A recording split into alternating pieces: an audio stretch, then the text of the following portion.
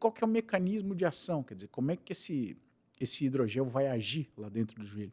Cara, ele vai atuar como se fosse um amortecedor, ele diminui o impacto mecânico, que é sim uma das principais causas de dor e de inflamações de repetição numa articulação que tem artrose. Mas você não tem ação nem biológica e nem regenerativa. Isso é importante frisar, porque muita gente vai virar e falar assim, não, você vai regenerar a articulação aqui e vai ficar zerado. Cara, o hidrogel não vai te entregar isso. Ele vai te entregar um joelho que tem uma capa de hidrogel protegendo o que ainda tem de cartilagem ali, diminuindo o impacto mecânico, consequentemente controlando a inflamação. Mas ele não é uma droga capaz de modificar a evolução da doença, ou seja, ninguém está te entregando um joelho novo injetável. Se a propaganda for essa, ó, sai fora, sai correndo. Tá? Qual que é a grande diferença? O que é o grande diferencial, então, desse hidrogel, né, quando a gente compara ele com o ácido hialurônico? Por ele ter uma absorção lentificada, né, ele vai oferecer um efeito que parece ser maior. Tá? Então, a proposta, na verdade, é que você tenha um efeito maior do que o do ácido hialurônico, que varia de 6 meses até 1 ano. Por quê? Porque a absorção do ácido hialurônico dentro, a absorção e a degradação do ácido hialurônico dentro da articulação vão acontecer de uma maneira mais rápida. Por quê? Porque o ácido hialurônico é um produto biológico, né? Ele está ali. Então, lembra, ele não é um modificador da doença. A artrose vai continuar existindo. Então, não tem nada de joelho novo, joelho regenerado. Tá? Existem outras estratégias para a gente pensar nisso. Tá? Então, o que a literatura científica diz para a gente? Né? Então, qual que é o maior estudo que tem de hidrogel hoje? É esse que eu coloquei no slide aqui. Ele é o famoso estudo pivotal. Né? É um ensaio clínico, randomizado, multicêntrico, foi realizado com vários pacientes. E quando a gente fala vários, é um N, que é um número de pacientes relativamente pequeno, porque são 239 pacientes. Isso para um medicamento. Tá? Para você ter uma ideia, medicamento, por exemplo, a hipertensão tem dezenas de milhares, centenas de milhares de pacientes no estudo. Então, assim, você vê que o N, a quantidade de pessoas que estão no estudo, é relativamente pequeno.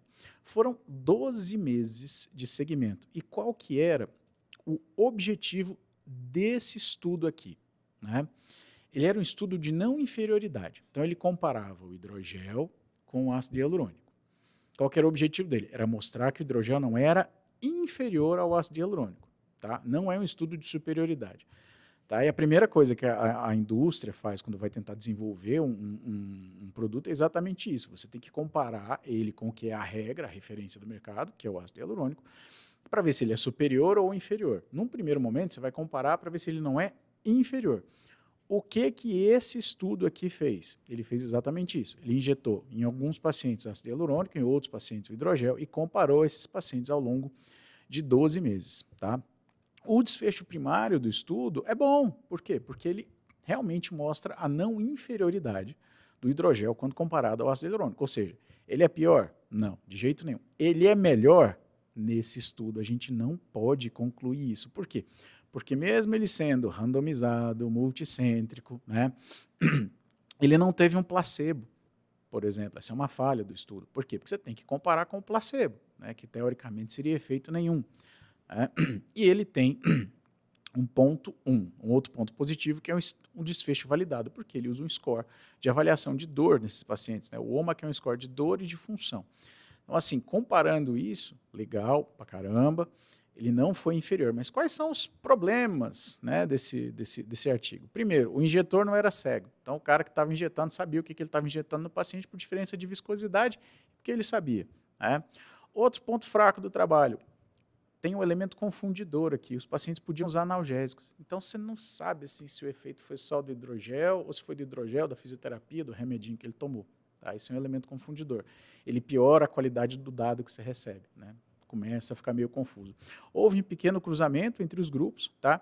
E mais, o desenho principal do artigo é para não inferioridade, não é de superioridade, tá? Do ponto de vista bem objetivo e honesto, né, como é que você vai interpretar isso? Cara, esse é o estudo mais robusto, porque tem o maior número de pacientes, né? Mas ele responde uma pergunta específica. Ele é superior? Não, ele simplesmente não é inferior ao ácido hialurônico. E essa é uma informação importantíssima. Tá?